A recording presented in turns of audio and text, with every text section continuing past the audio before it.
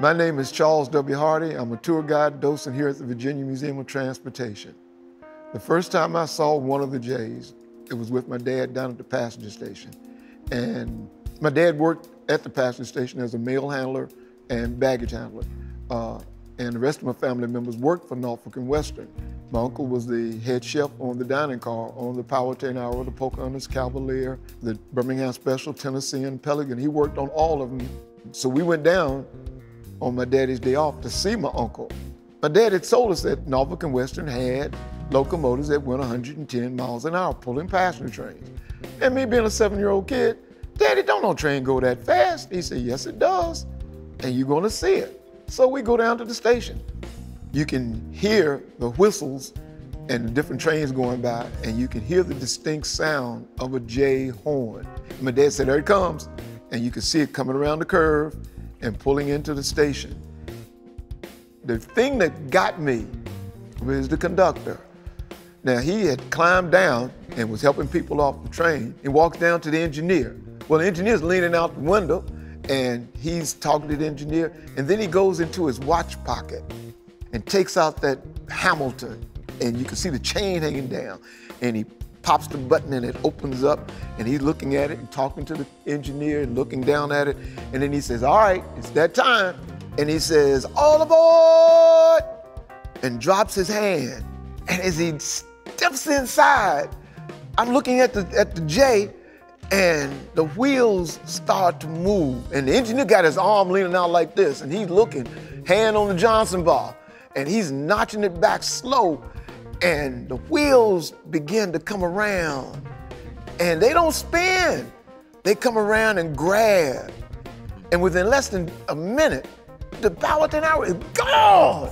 It's out of, he said, I told you Norfolk and Western had a train that could go that fast. And trying to get a last wave, my uncle's son stuck his head out, and I'm getting the last wave at my uncle as he's going up the track and whatever.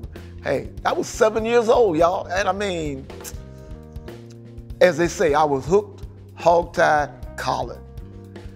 It's the greatest coal-fired steam locomotive in the world. There's nothing, nowhere, no how can outdo the 611.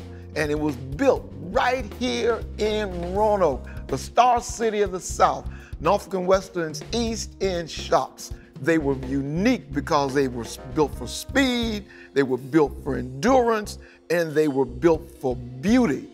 Hey, I know it sounds like bad English, but ain't nobody, nowhere, no how, got anything that can touch the J.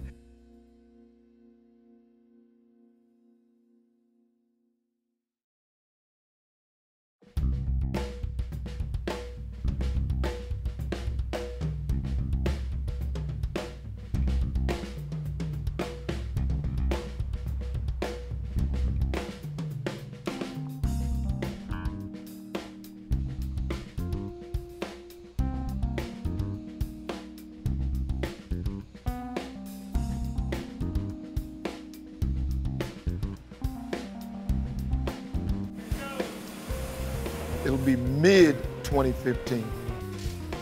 They're gonna put the fires in 611, and she's gonna leave Spencer, North Carolina. She's gonna come up the southern route. She'll come across Tinker Creek and head up Campbell Avenue, past the East End shops, come past the Winston Link Museum, past the Virginia Museum of Transportation, and swing around to 24th Street.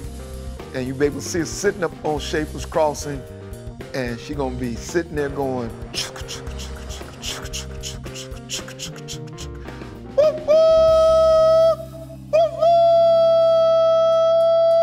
fire up 611!